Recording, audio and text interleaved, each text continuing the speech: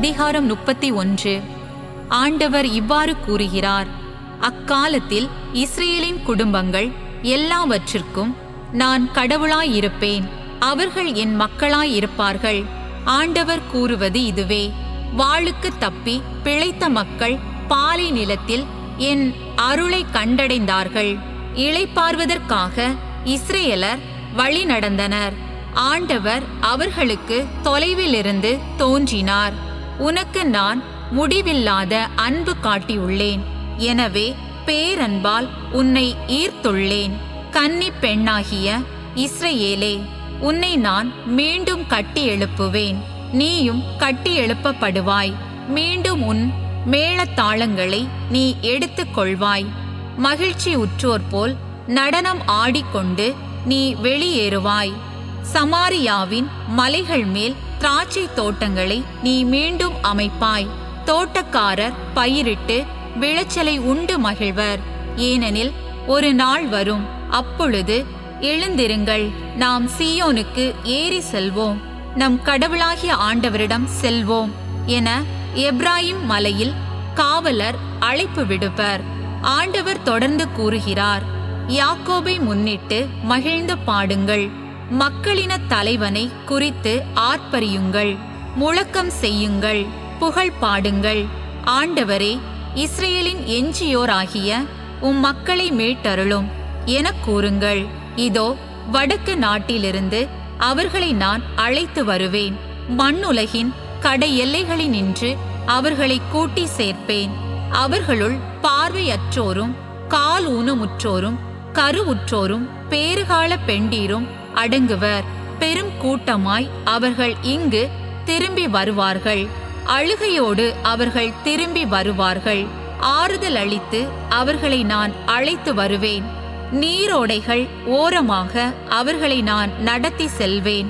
இடறி விழாதவாறு சீரான வழியில் அவர்கள் நடக்க செய்வேன். ஏனெனில் நான் இஸ்ரேலின் தந்தை, எப்ராயிமோ என் தலைப்பிள்ளை. மக்களினத்தாரே, ஆண்டவரின் வாக்கை கேளுங்கள். தொலைவில் உள்ள தீவுகளில் அதை அறிவியுங்கள். இஸ்ரேலை சிதறடித்தவரே அதை கூட்டி சேர்ப்பார். ஆயர் தம் மந்தையை காப்பது போல் ஆண்டவர் அதை காப்பார் என சொல்லுங்கள். ஏனெனில் யாக்கோபை ஆண்டவர் மீட்கின்றார், அவனிலும் வலியவன் கையினின்று அவனை விடுவிக்கின்றார். அவர்கள் வந்து சீயோனின் உச்சியில் பாடி மகிழ்வார்கள். தானியம், திராட்சை ரசம், எண்ணெய், ஆட்டுக்குட்டிகள், கன்று காலிகள் ஆகிய ஆண்டவரின் கொடைகளால் பூரிப்படைவார்கள். அவர்களது வாழ்க்கை நீர்வளம் மிக்க தோட்டம் போல் இருக்கும். அவர்கள் இனிமேல் ஏங்கி தவிக்க மாட்டார்கள். அப்பொழுது கன்னி பெண்கள் நடனமாடி களித்திருப்பார்கள். இளைஞரும் முதியோரும் மகிழ்ந்திருப்பர். அவர்களுடைய அழுகையை நான் மகிழ்ச்சியாக மாற்றுவேன். அவர்களுக்கு ஆறுதல் அளிப்பேன். துன்பத்திற்கு பதிலாக இன்பத்தை அருள்வேன். குருக்களை செழுமையால் நிரப்புவேன். என் மக்கள் எனது வள்ளன்மையால் நிறைவு பெறுவர் என்கிறார் ஆண்டவர். ஆண்டவர் இவ்வாறு கூறுகின்றார்: ராமாவிலே ஒரு குரல் கேட்கின்றது, ஒரே புலம்பலும் பேரழுகையுமாய் இருக்கின்றது. ராகேல் தம் குழந்தைகளுக்காக அழுது கொண்டிருக்கின்றார். ஆறுதல் பெற அவர் மறுக்கின்றார், ஏனெனில் அவருடைய குழந்தைகள் அவரோடு இல்லை. ஆண்டவர் இவ்வாறு கூறுகின்றார்: நீ அழுகையை நிறுத்து, கண்ணீர் வடிக்காதே, ஏனெனில் உனது உழைப்புக்கு பயன் கிடைக்கும் என்கிறார் ஆண்டவர். தங்கள் பகைவரின் நாட்டினின்று அவர்கள் திரும்பி வருவார்கள். உன் எதிர்காலத்தை பொறுத்தவரை உனக்கு எதிர்நோக்கு உண்டு என்கிறார் ஆண்டவர். உன் பிள்ளைகள் தம் நாட்டிற்கு திரும்புவார்கள். எப்ராயீமின் புலம்பலை நான் உண்மையாகவே கேட்டேன். பணியாத இளங்காளையை அடித்து திருத்துவது போல் நீர் என்னை தண்டித்து திருத்தினீர். நீர் என்னை திரும்ப அழைத்துச் செல்லும், நானும் திரும்பி வருவேன். ஏனெனில் என் கடவுளாகிய ஆண்டவர் நீரே. உம்மை விட்டு விலகி சென்ற பின் நான் மனம் வருந்தினேன். பயிற்றுவிக்கப்பட்ட பின் நான் மார்பில் அறைந்து கொண்டேன். நான் வெட்கே தலை குனிந்தேன். ஏனெனில் என் இளமையின் அவமானம் என்னிடம் காணப்பட்டது என்று அவன் அழுதான். எப்ராயிம் என் அருமை மகன் அல்லனோ? நீ என் அன்பு குழந்தை அல்லையோ? உனக்கெதிராக நான் அடிக்கடி பேசிய போதிலும் உன்னை நான் இன்னும் நினைவில் கொண்டிருக்கின்றேன். உனக்காக என் இதயம் ஏங்கி தவிக்கின்றது. திண்ணமாய் உனக்கு நான் இரக்கம் காட்டுவேன் என்கிறார் ஆண்டவர். சாலை அடையாளங்களை உனக்கென அமைத்துக்கொள். உனக்கென கை காட்டிகளை நாட்டிக்கொள். நீ நடந்து சென்ற வழியாகிய நெடுஞ்சாலையை நினைவுகூர். கன்னி பெண்ணாகிய இஸ்ரேலே, திரும்பி வா. இந்த உன் நகர்களுக்கு திரும்பி வா. நம்பிக்கை துரோகம் செய்த மகளே, இன்னும் எத்துணை காலம் நீ அலைந்து திரிவாய்? ஆண்டவராகிய நான் விந்தையான ஒன்றை உலகில் படைத்துள்ளேன். ஒரு பெண் தன் கணவனை சூழ்ந்து கொள்வாள். இஸ்ரேலின் கடவுளாகிய படைகளின் ஆண்டவர் கூறுவது இதுவே. அடிமைத்தனத்தினின்று அவர்களை நான் திரும்ப கொணரும் பொழுது, நீதியின் இருப்பிடமே, தூய்மைமிகு மலையே, ஆண்டவர் உனக்கு ஆசி வழங்குவாராக என யூதா நாட்டிலும் அதன் நகர்களிலும் மீண்டும் மக்கள் கூறுவார்கள்.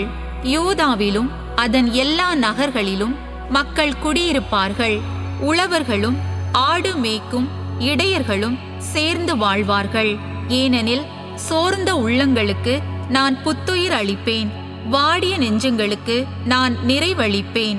அப்பொழுது நான் விழித்தெழுந்து பார்த்தேன். எனது தூக்கம் எனக்கு இன்பமாயிருந்தது. இதோ நாட்கள் வருகின்றன.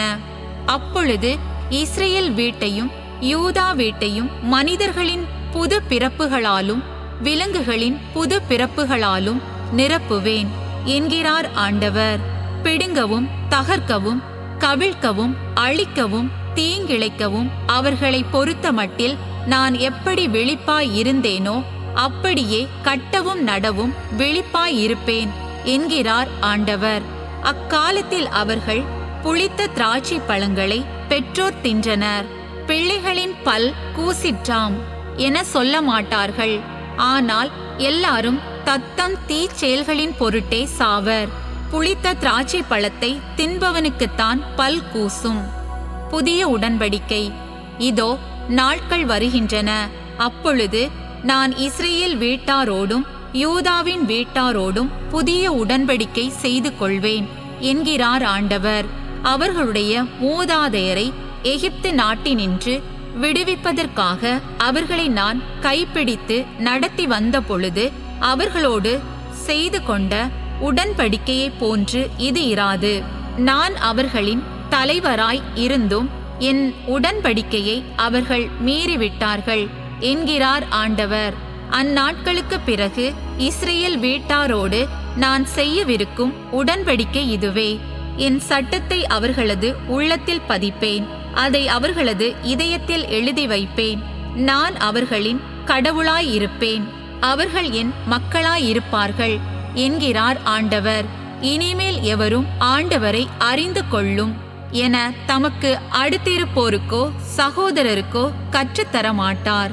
ஏனெனில் அவர்களுள் பெரியோர் முதல் சிறியோர் வரை அனைவரும் என்னை அறிந்து கொள்வர் என்கிறார் ஆண்டவர். அவர்களது தீச்செயலை நான் மன்னித்து விடுவேன். அவர்களுடைய பாவங்களை இனிமேல் நினைவு கூற மாட்டேன். இஸ்ரேல் நிலைத்திருக்கும். ஆண்டவர் பகலில் ஒளி வீச கதிரவனை ஏற்படுத்தியுள்ளார். இரவில் ஒளி கொடுக்க நிலாவையும் விண்மீன்களையும் நியமித்துள்ளார்.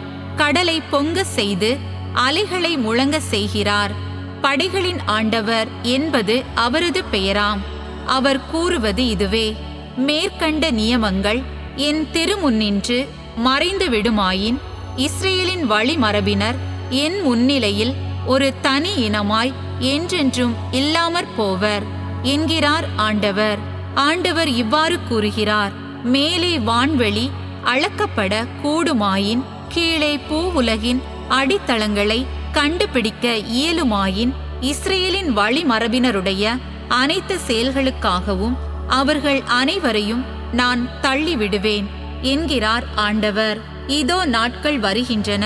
அப்பொழுது ஆண்டவருக்காக இந்நகர் அனனியேல் கோபுரம் முதல் மூலை வாயில் வரை கட்டி எழுப்பப்படும் என்கிறார் ஆண்டவர். அதன் எல்லை நேராக காரேபு மலை வரை சென்று கோவாவை நோக்கி திரும்பும். பிணங்களும் சாம்பலும் நிறைந்த பள்ளத்தாக்கு முழுவதும், கிதரோன் நீரோடை முதல் கிழக்கே குதிரை வாயிலின் மூலை வரை உள்ள வயல்வெளி முழுவதும் ஆண்டவருக்கு புனிதமானதாயிருக்கும். இந்த இடம் இனி என்றுமே பிடுங்கி பறிக்கப்படாது, அழித்து ஒழிக்கப்படாது.